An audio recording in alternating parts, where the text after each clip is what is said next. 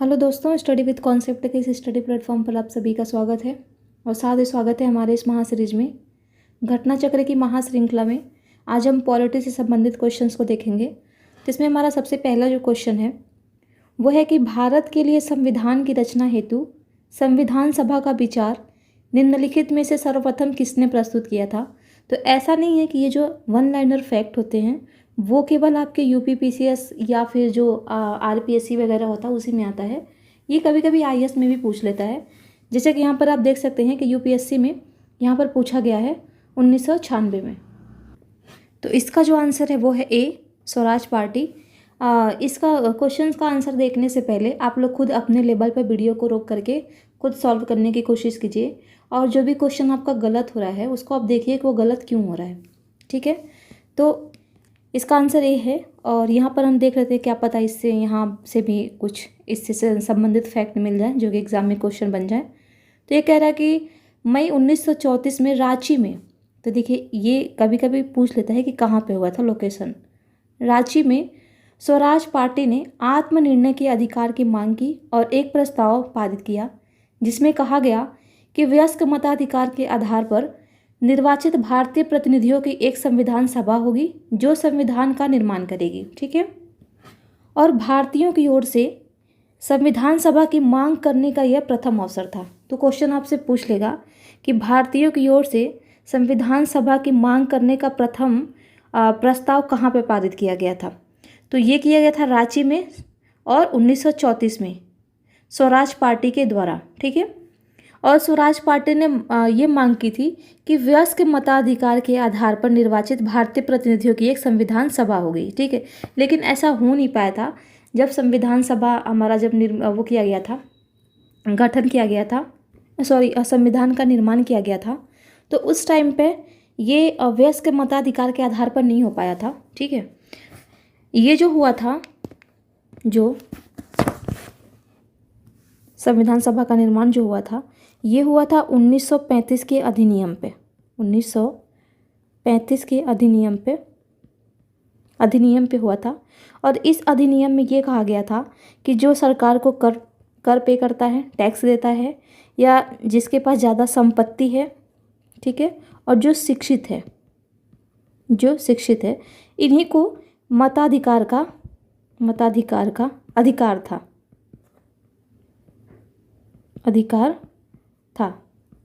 ठीक है, यहाँ पर ऐसी कोई वो नहीं थी कि वयस्क मताधिकार के आधार पर संविधान का निर्माण किया गया था। अगला क्वेश्चन है कि स्वतंत्रता के पूर्व के दिनों में प्रारंभ में किसने संविधान निर्मात्री सभा का विचार प्रस्तुत किया था। ठीक है, अब यहाँ पर कह रहा है कि स्वतंत्रता के पूर्व के दिनों में प्रारंभ में किसने संविधान निर्मात्री सभा का विचार, यहाँ पर है विचार, ठीक है, विचार प्रस्तुत किया था। A, M N Roy, B, B R Ambedkar, C, Annie Besant, यहाँ पर काट दिया है क्वेश्चन, पता नहीं क्यों इस पीडीएफ में है ही नहीं, एनी बेसेंट, और डी ऑप्शन है आपका जवाहरलाल नेहरू।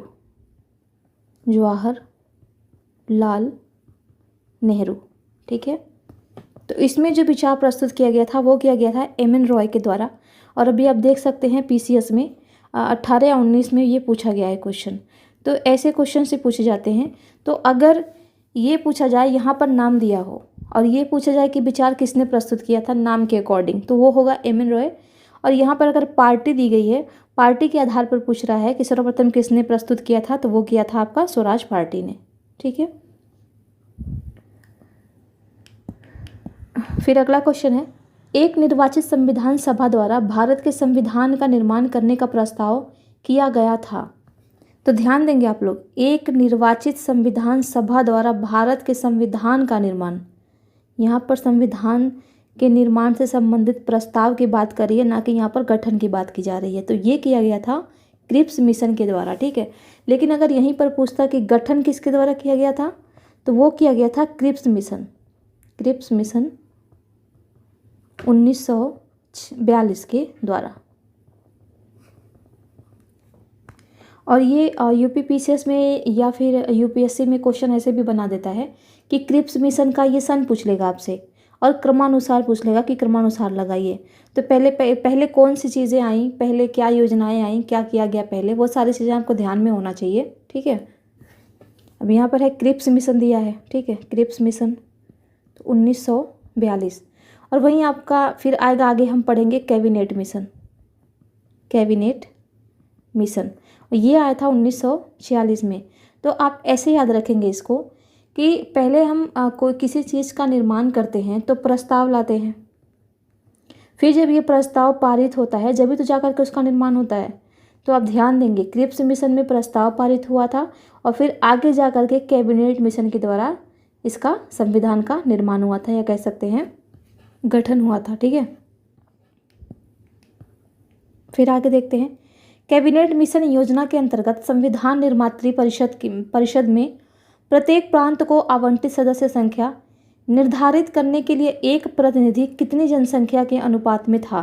तो आप सभी को ये पता होगा कि 10 लाख पर एक प्रतिनिधि था। ठीक है, तो यहाँ पर दिया है कि कैबिनेट मिशन वर्ष 1946 में भारत आया था। ठीक है, मिशन ने अपनी रिपोर्ट में संविधान सभा के गठन का एक सूत्र प्रस्तुत किया जिसके आधार पर संविधान सभा निर्वाचित होनी थी और प्रांतों का प्रतिनिधित्व जनसंख्या के आधार पर होना था। इसके तहत मोटे तौर पर प्रति 10 लाख व्यक्तियों के ऊपर एक प्रतिनिधि के निर्वाचन की व्यवस्था की गई थी। तो यहाँ ऐसे भी क्वेश्चन बना देगा आपका कि 10 लाख व्यक्तियों के ऊपर निम्नलिखित में से कितने प्रतिनिधि के निर्वाचन की व्यवस्था की गई थी। तो आपको ध्यान रखना है केवल एक प्रतिनिधि की व्यवस्था की गई थी 10 लाख व्यक्तियों पर। अगला है, इन व्यक्तियों में से कौन कैबिनेट मिशन का सदस्य नहीं था। ये अभी जो उत्तराखंड का हुआ है paper, UK PCS, Uttarakhand PCS, तो उसमें ये क्वेश्चन आया हुआ था। ठीक है, अभी पूछा है, जो अभी क्वेश्चन लगा है, जो अभी पेपर हुआ है उसमें पूछा है ये पिछले दिनों में। तो इसमें जो सदस्य नहीं था वो था विलियम वुड। यहाँ पर पैथिक लॉरेंस भी था, स्टेफोर्ड क्रिप्स भी थे और एबी अलेक्जेंडर भी थे। ठीक है, तो यहाँ पर आपको ये ध्यान रखना है कि इस मिशन के सदस्य, इनका पद क्या क्या था, क्योंकि कभी कभी पद भी पूछ लेता है। तो यहाँ पर जो स्टेफोर्ड क्रिप्स था वो अध्यक्ष था बोर्ड ऑफ ट्रेड का, और पैथिक लॉरेंस भारत सचिव था, और एबी अलेक्जेंडर नौसेना मंत्री था। तो आपको ये ध्यान रखना है कि किसका क्या क्या पद था, ये इम्पोर्टेंट है, ये भी पूछा गया है। अगला क्वेश्चन है, भारतीय संविधान सभा का गठन किया गया था भारत सरकार अधिनियम 1935 के अंतर्गत। तो इसके अंतर्गत तो किया ही नहीं गया था। क्रिप्स योजना, इसमें तो प्रस्ताव लाया गया था। और भारतीय स्वतंत्रता अधिनियम 1947 के अंतर्गत, यहाँ पर देखिए छूट गया है वो सी, जो ऑप्शन है वो है कैबिनेट मिशन। कैबिनेट मिशन यहाँ पर मैं क्रॉप करके लगा देती हूँ, बस रुक जाइए आप लोग 1 मिनट। तो इसका आंसर होगा कैबिनेट मिशन। कैबिनेट मिशन के द्वारा संविधान सभा का गठन किया गया था। फिर देखते हैं अगला क्वेश्चन। 1946 में निर्मित अंतरिम सरकार में कार्यपालिका परिषद के उपसभापति थे। तो इसमें पूछ रहा है कि अंतरिम सरकार में कार्यपालिका परिषद के, यहाँ पर पूछ रहा है उपसभापति, ध्यान देंगे उपसभापति। तो इसका आंसर है ए, जवाहरलाल नेहरू। अब इसमें देख लेते हैं। 24 अगस्त 1946 को अंतरिम राष्ट्रीय सरकार की घोषणा इस व्यवस्था के साथ की गई कि अंतरिम सरकार 2 सितंबर 1946 को कार्यभार संभालेगी। वायसराय इसमें कार्यपालिका परिषद का पदेन अध्यक्ष था तथा जवाहरलाल नेहरू को उपाध्यक्ष या उपसभापति बनाया गया था। तो ये ध्यान देंगे, या तो उपाध्यक्ष पूछे या उपसभापति पूछे, तो आंसर होगा जवाहरलाल नेहरू। अगला क्वेश्चन है कि निम्नलिखित में से कौन अगस्त 1946 में गठित प्रथम अंतरिम राष्ट्रीय सरकार का सदस्य नहीं था। यहाँ पर आपको मैं हमेशा बोलती हूँ क्वेश्चन को पूरा पढ़ना है। नहीं था, A C Rajagopalachari, B doctor Rajendra Prasad, C doctor S Radhakrishnan, D Jagjivan Ram. तो इसका आंसर है C, doctor S Radha Krishnan.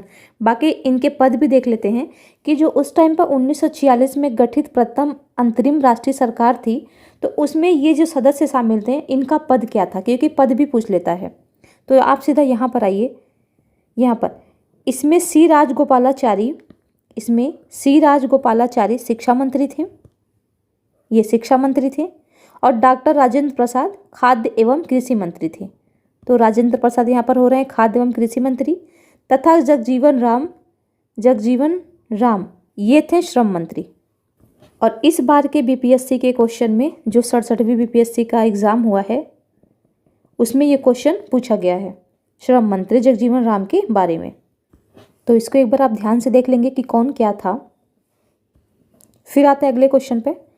कथन है कि बेबेल योजना के अनुसार कार्यकारी परिषद में हिंदू और मुस्लिम सदस्यों की संख्या समान होनी थी। कारण, क्योंकि बेबेल योजना का विचार था कि ऐसी व्यवस्था से भारत का बंटवारा बच जाता। तो इसका आंसर है सी। इसमें बेबेल तो आया ही था भारत का विभाजन करने के उद्देश्य से, ऐसा नहीं था कि वो बंटवारा को बचाना चाह रहा था कि भारत का बंटवारा ही ना हो।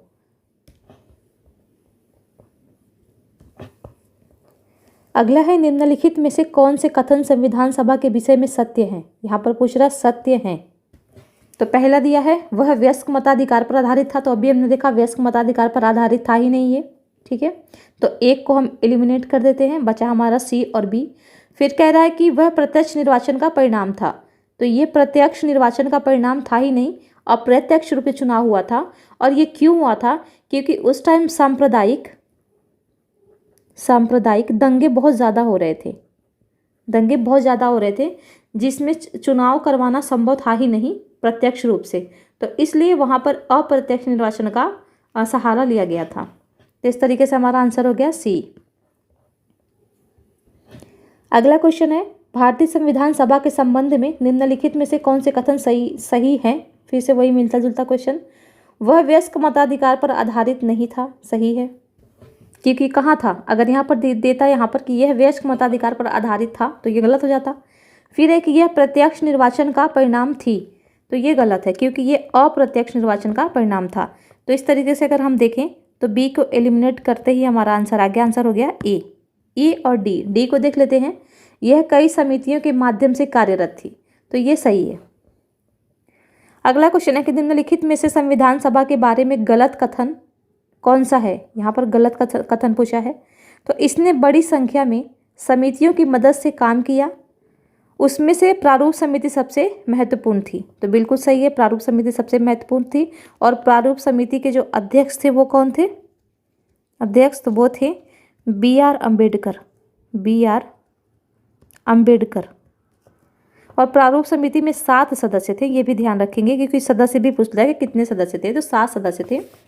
बी है, अल्पसंख्यक समुदाय जैसे ईसाई, एंग्लो इंडियन और पारसियों को सभी में पर्याप्त प्रतिनिधित्व दिया गया। तो ये भी सही है, आपका सभी को दिया गया था। इसका निर्वाचन सार्वभौम वयस्क मताधिकार के आधार पर किया गया था। तो अभी हमने देखा कि यह वयस्क मताधिकार के आधार पर था ही नहीं। तो इसका मतलब इसमें जो गलत पूछा है वो है सी ही गलत है। बाकी पर हमें जाने की ज़रूरत नहीं है, हम इसी में हमको यही अच्छे से पता है कि ये वयस्क मताधिकार के आधार पर हुआ ही नहीं था चुनाव इसका। तो इस तरीके से हमारा आंसर हो गया सी। तो आप देख सकते हैं एक ही चीज़ को कहाँ कहाँ डाल दिया है, कैसे कैसे। तो क्वेश्चंस ऐसे ही बनते हैं आपके, ऐसा नहीं है कि कुछ अलग से लाया जाता है, इन्हीं में से घुमा फिरा के आपके क्वेश्चंस बनते हैं। अगला क्वेश्चन है, भारत के संविधान का प्रारूप तैयार करने वाली संविधान सभा के सदस्यों को ब्रिटिश संसद द्वारा नामित किया गया था, गवर्नर जनरल द्वारा नामित किया गया था, या विभिन्न प्रांतों की विधानसभाओं द्वारा चुना गया था, या भारतीय राष्ट्रीय कांग्रेस और मुस्लिम लीग के द्वारा चुना गया था। तो मुस्लिम लीग जो है ये तो पहले ही दूर भागता था, तो ये तो ऑप्शन है नहीं। और ब्रिटिश, जब भारत के संविधान का प्रारूप तैयार किया जा रहा है तो इसमें ब्रिटिश संसद का क्या काम, ठीक है। तो इसका आंसर जो होगा हमारा वो होगा विभिन्न प्रांतों की विधानसभाओं द्वारा चुना गया था।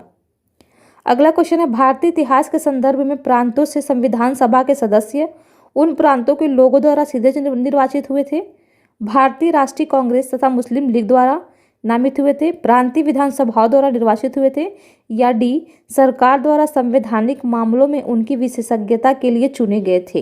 तो अभी हम जस्ट ऊपर ही देखा, इसका आंसर है सी, प्रांतीय विधानसभाओं के द्वारा निर्वाचित हुए थे। अगला है, वही सेम क्वेश्चन है कि संविधान सभा के सदस्यों का चुनाव कैसे हुआ था। तो अभी हमने देखा प्रांतीय सभाओं के द्वारा हुआ था। अगला क्वेश्चन है संविधान सभा के चुने हुए स्थायी अध्यक्ष कौन थे। यहाँ पर पूछ रहा है स्थायी, ना कि अस्थायी। तो ये आप लोगों को पता ही होगा क्योंकि जो अस्थायी अध्यक्ष थे वो थे डॉक्टर राजेंद्र प्रसाद, और अगर अस्थायी अध्यक्ष की बात करें तो वो थे यहाँ पर दिया है सच्चिदानंद सिन्हा। तो ये भी ध्यान रखेंगे और क्वेश्चन को पढ़ते टाइम यहाँ पर ध्यान देंगे कि यहाँ पर स्थायी दिया है या अस्थायी दिया है।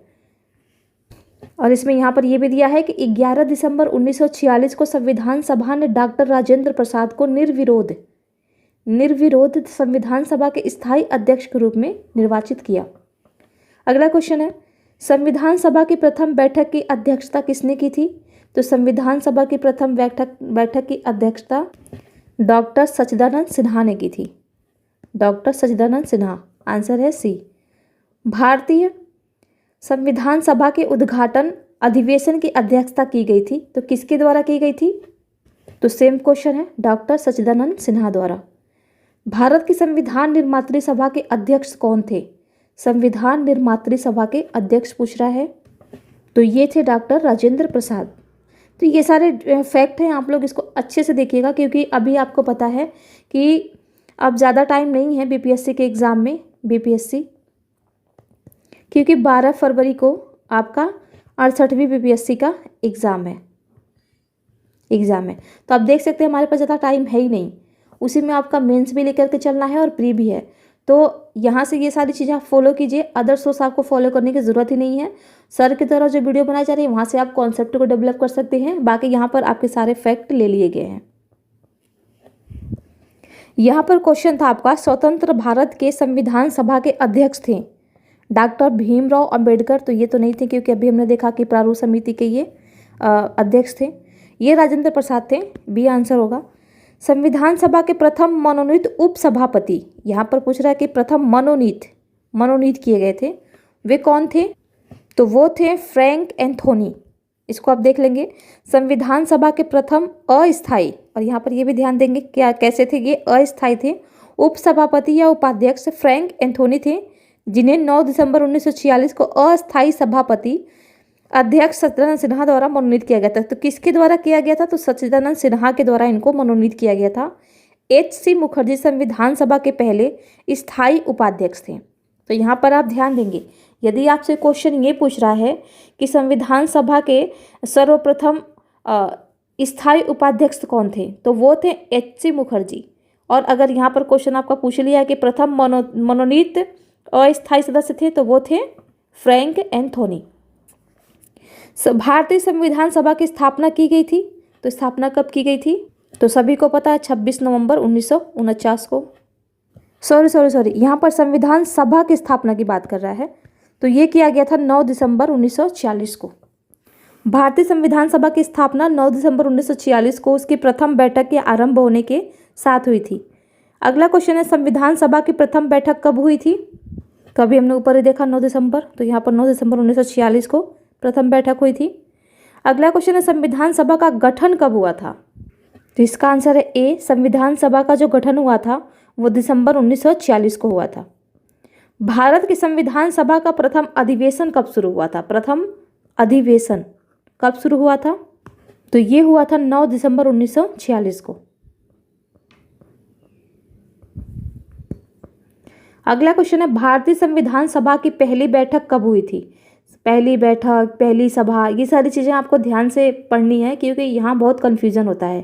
तो पहली बैठक कब हुई थी। तो ये भी 9 दिसंबर 1946 को ही हुई थी। तो ध्यान रखेंगे शब्दों को कि पूछ क्या रहा है।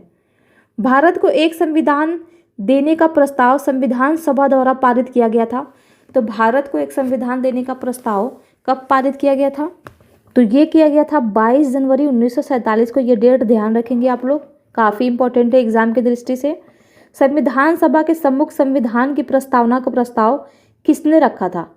संविधान सभा के सम्मुख संविधान की प्रस्तावना का प्रस्ताव किसने रखा था। तो आप सभी को पता है ये रखा था जवाहरलाल नेहरू ने। संविधान सभा में उद्देश्य प्रस्ताव निम्न में से किस एक के द्वारा प्रस्तुत किया गया था। अब फिर वही क्वेश्चन दे दिया, उद्देश्य प्रस्ताव तो वही है पंडित जवाहरलाल नेहरू। भारतीय संविधान के निर्माण से संबंधित निम्नलिखित कथनों में से कौन सही है? पंडित नेहरू के उद्देश्य प्रस्ताव का जो संविधान सभा द्वारा स्वीकार किया गया था, संविधान के निर्माण पर असर था। तो बिल्कुल सही है ये। उद्देशिका बहुत महत्वपूर्ण उद्देश्यों की पूर्ति करती है, बिल्कुल सही है। सामाजिक, आर्थिक, न्याय, स्वतंत्रता, सारी चीज़ें यहीं पर तो दी गई है उद्देशिका में। संविधान को भारत के लोगों ने आदेश किया था, बिल्कुल, क्योंकि जनता में ही शक्ति निहित है। फिर राज्य के मुखिया को लोग प्रत्यक्ष रूप से निर्वाचित करते हैं। ये कहाँ प्रत्यक्ष रूप से होता ही नहीं है, अप्रत्यक्ष रूप से होता है। तो इस तरीके से हमारा चौथा गलत है। इस तरीके से हमारा आंसर आ गया ए। अब यहाँ पर देख लेते हैं, भारतीय संविधान के तहत राज्य के मुखिया अर्थात राष्ट्रपति का निर्वाचन लोगों द्वारा प्रत्यक्ष रूप से नहीं बल्कि अप्रत्यक्ष रूप से जनप्रतिनिधियों, संसद एवं विधानसभा के निर्वाचित सदस्यों के माध्यम से किया जाता है। अन्य तीनों कथन सही हैं। ठीक है, तो इस प्रकार आप देख सकते हैं, यहाँ पर राष्ट्रपति की बात कर रहा था, जो राज्य का मुखिया वो राष्ट्रपति की बात कर रहा था। तो इसका जो चुनाव होता है प्रत्यक्ष रूप से होता ही नहीं है, अप्रत्यक्ष रूप से होता है। तो यहाँ पर एक अ ने पूरे क्वेश्चन का सिस्टम ही मतलब वो कर दिया, बदल दिया। तो आपको ध्यान रखना है, अप्रत्यक्ष है, प्रत्यक्ष है, वयस्क मताधिकार है कि नहीं है, महिलाएं भाग ले रही हैं कि नहीं ले रही हैं, ये सारी चीज़ें आपको ध्यान में रख करके चलनी है। अब अगला क्वेश्चन देखते हैं, भारतीय संविधान सभा को बनाने हेतु भारतीय संविधान सभा के कुल कितने अधिवेशन हुए? तो ये भी क्वेश्चन पूछा गया है। इसमें कुल 9 अधिवेशन हुए थे, कुल 9 अधिवेशन हुए थे। अगला है, भारत की संविधान सभा की अंतिम बैठक की सही तिथि को बताइए। यानी अंतिम बैठक कब की गई थी? यहाँ पर पूछ रहा है अंतिम, प्रथम तो हमने ऊपर देख लिया, यहाँ पर पूछ रहा है कि अंतिम बैठक कब हुई थी। तो ये हुआ था 24 जनवरी 1950 को। भारत के संविधान के निर्माण में संविधान सभा को कितना समय लगा था? तो ये आप सभी को पता है, लेकिन आप लोग फिर भी इसको देख लेंगे, याद कर लेंगे, क्योंकि छोटी छोटी गलतियाँ हो जाती हैं ये 2, 3, 7, 8 इन सब चीज़ों में। इसका आंसर है ए, 2 वर्ष 11 माह 18 दिन का समय लगा था।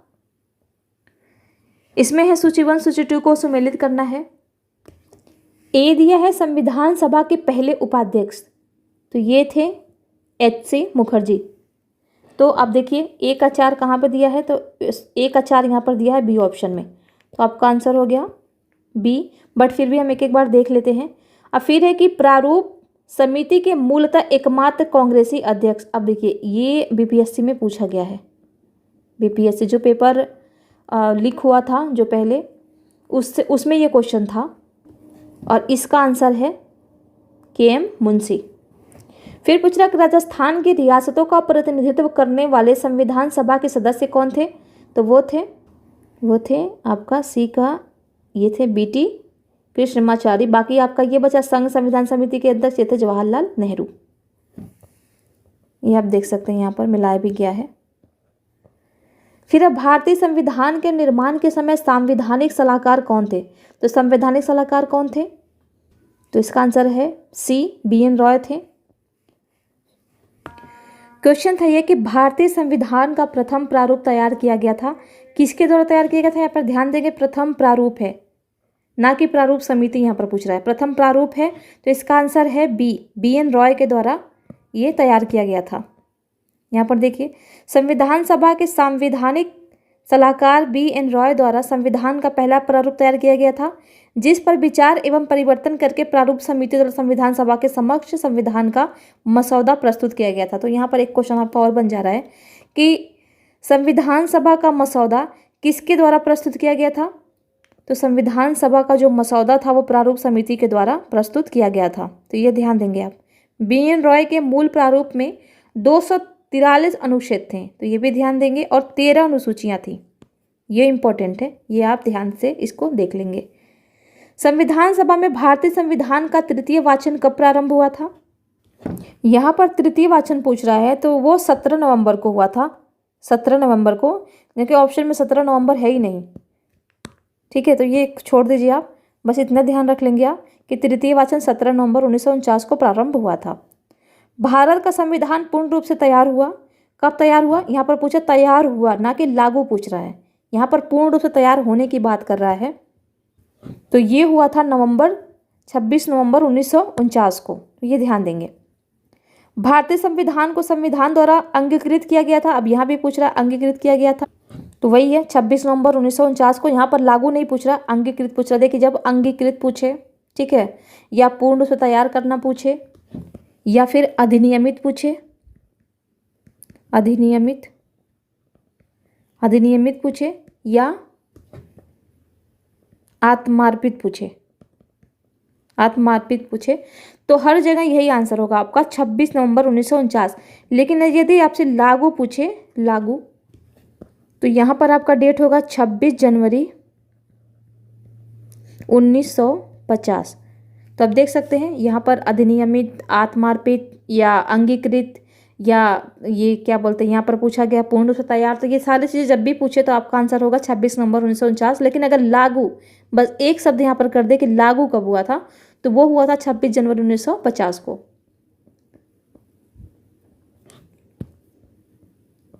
अगला क्वेश्चन है, ये वही है, अंगीकृत किया गया था, वही वाला चीज़ है, ठीक है, तो इसको छोड़ दीजिए, यहाँ पर कटा भी है, वैसे आपको पता ही है। भारत का संविधान किस तिथि को अपनाया गया था? अब यहाँ भी अपनाया गया था पूछा, ना कि लागू, तो इसका भी आंसर होगा बी। भारतीय संविधान कब लागू हुआ था? अब यहाँ पूछा है लागू हुआ था, तो ये हुआ था आपका 26 जनवरी 1950 को। तो ये ध्यान देंगे इन शब्दों पे। अगला है, संविधान को 26 जनवरी के दिन लागू करने का निर्णय इसलिए लिया गया क्योंकि कांग्रेस ने इस तिथि को 1930 में स्वतंत्रता दिवस के रूप में मनाया था। बी, इस तिथि को 1942 में भारत छोड़ो आंदोलन प्रारंभ किया गया था। सी, यह एक शुभ दिन था। और डी, उपयुक्त में से कोई नहीं। तो इसका आंसर है ए, क्योंकि कांग्रेस ने इस तिथि को स्वतंत्रता दिवस के रूप में मनाया था, इसलिए इस तिथि को चुना गया था कि इसी दिन संविधान को लागू किया जाएगा। यहाँ पर देख लेते एक बार, क्या पता इसमें बीच में क्वेश्चन मिल जाए। भारतीय राष्ट्रीय कांग्रेस के लाहौर अधिवेशन में पूर्ण स्वराज की घोषणा की गई थी। देखिए क्वेश्चन मिल भी गया आपका यहाँ पर, तो आपसे पूछ लेगा कि किस अधिवेशन में पूर्ण स्वराज की घोषणा की गई थी, तो वो की गई थी लाहौर अधिवेशन में।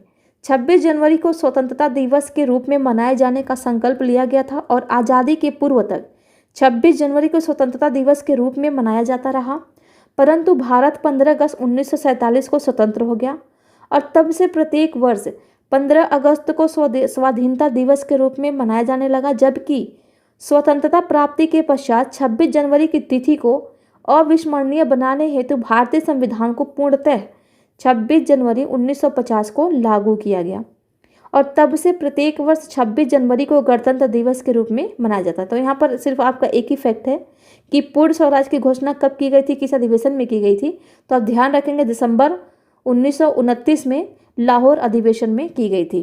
तो ये डेट भी इम्पोर्टेंट है। ये क्वेश्चन था कि भारतीय संविधान दिवस मनाया जाता है, कब मनाया जाता है, तो इसका आंसर है बी, 26 नवंबर को। तो ये डेट ध्यान रखेंगे। अगला क्वेश्चन है, भारतीय संविधान को अपनाया गया था संवैधानिक सभा द्वारा, ब्रिटिश संसद द्वारा, गवर्नर जनरल द्वारा, भारतीय संसद द्वारा। तो ध्यान देंगे यहाँ पर भारतीय संसद दिया गया है, तो इसमें कंफ्यूज नहीं होना आपको, ये संवैधानिक सभा के द्वारा अपनाया गया था। संविधान सभा के 11वें अधिवेशन में 26 नवंबर 1949 को भारतीय संविधान सभा द्वारा अपनाया और अधिनियमित किया गया था। तो ध्यान देंगे कौन से अधिवेशन में, तो संविधान सभा के 11वें अधिवेशन में।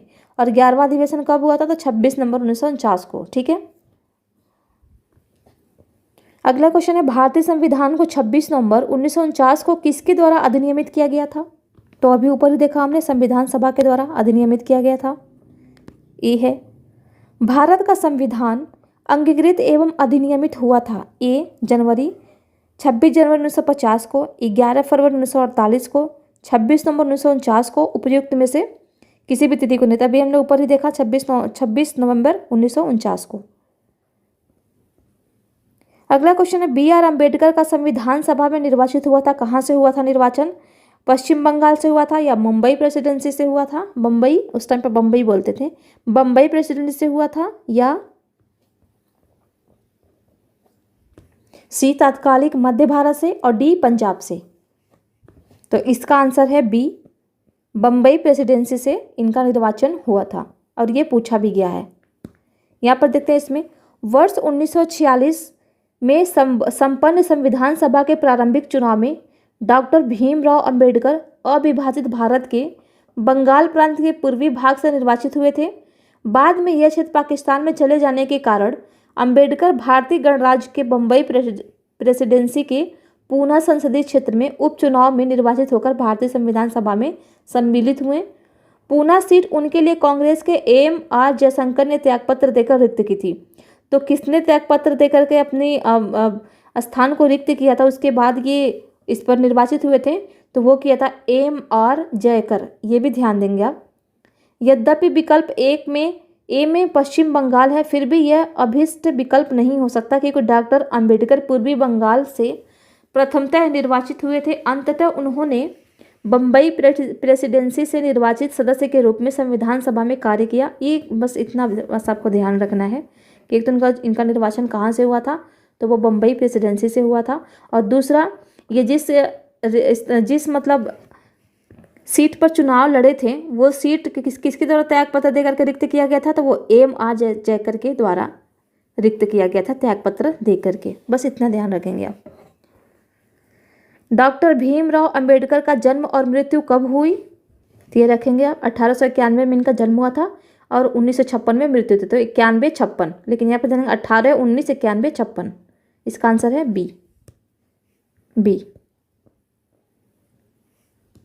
यहाँ पर एक फैक्ट दिया है कि 14 अप्रैल 1991 को महू मध्य प्रदेश में इनका जन्म हुआ था तथा मृत्यु 6 दिसंबर 1956 को दिल्ली में हुआ था। तो ध्यान देंगे, बस ये दोनों स्थान का याद रख लेंगे कि महू में इनका जन्म हुआ था। महू कहाँ है, तो मध्य प्रदेश में है, और मृत्यु हुआ था इनका दिल्ली में। निम्नलिखित कथनों पर विचार कीजिए। तृतीय गोलमेज सम्मेलन के विचार विमर्श की परिणति भारत सरकार अधिनियम 1935 के पारित होने के रूप में हुई, तो बिल्कुल सही है। दूसरा है, भारत सरकार अधिनियम 1935 ने ब्रिटिश भारत के सूबों और भारतीय रियासतों के एक संघ पर आधारित ऑल इंडिया फेडरेशन के गठन का उपबंध किया। ये भी सही है।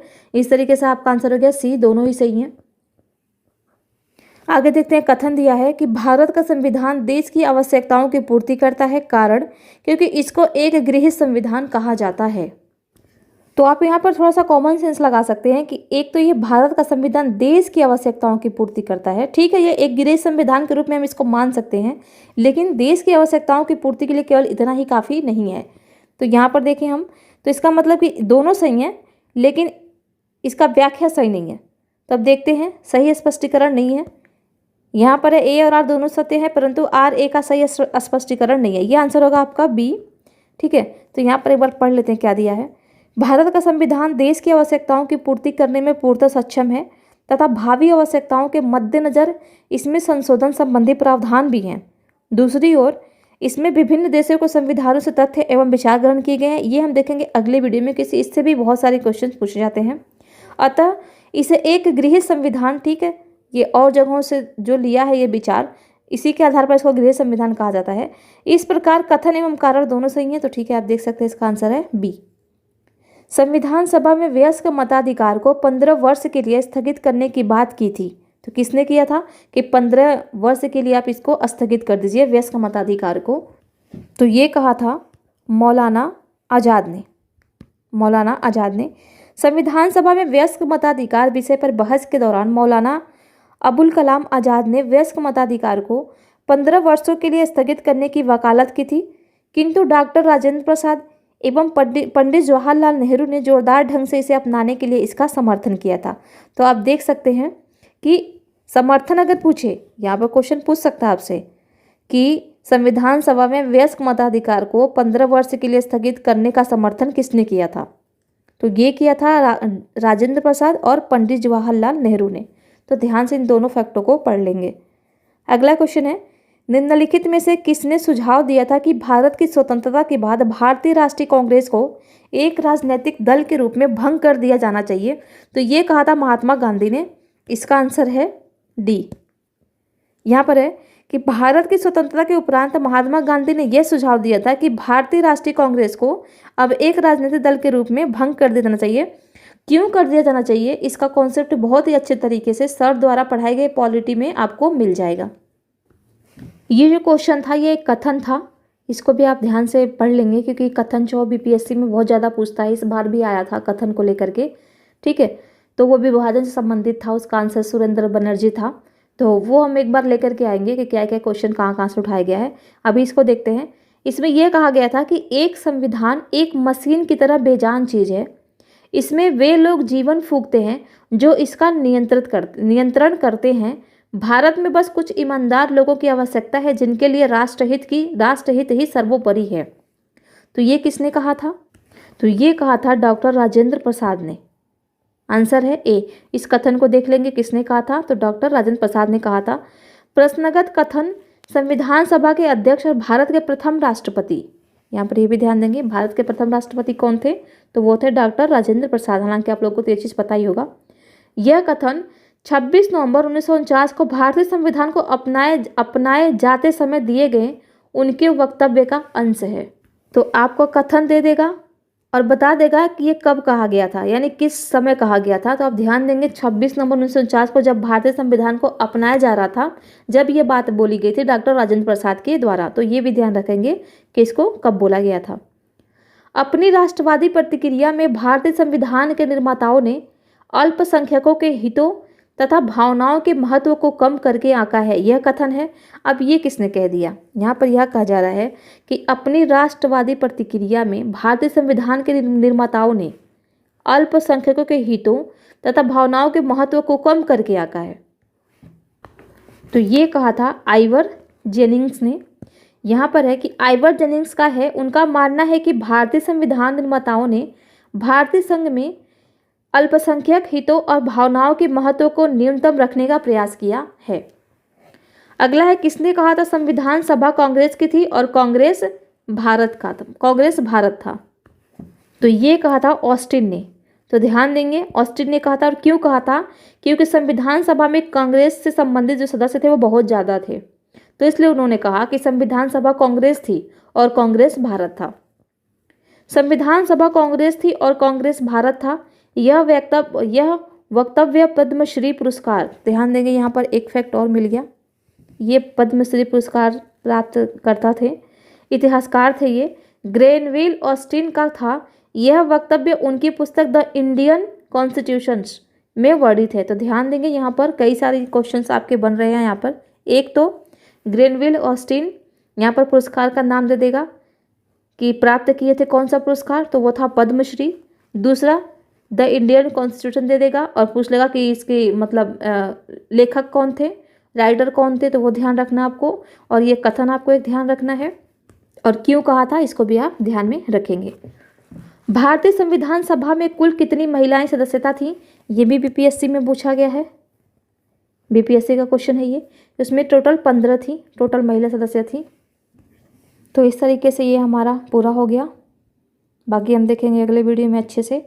तो अब तक जितनी भी चीज़ें आप लोगों को पढ़ा दी गई हैं उसको आप लोग अच्छे से रिवीजन कर लीजिए ताकि आपका अच्छे से तैयार हो जाए, क्योंकि ज़्यादा टाइम है नहीं और आप डेट भी आ गया आप तो 68वीं बीपीएससी का भी, साथ में आपका पीसीएस भी है और फिर मई में ही आपका यूपीएससी का एग्ज़ाम है।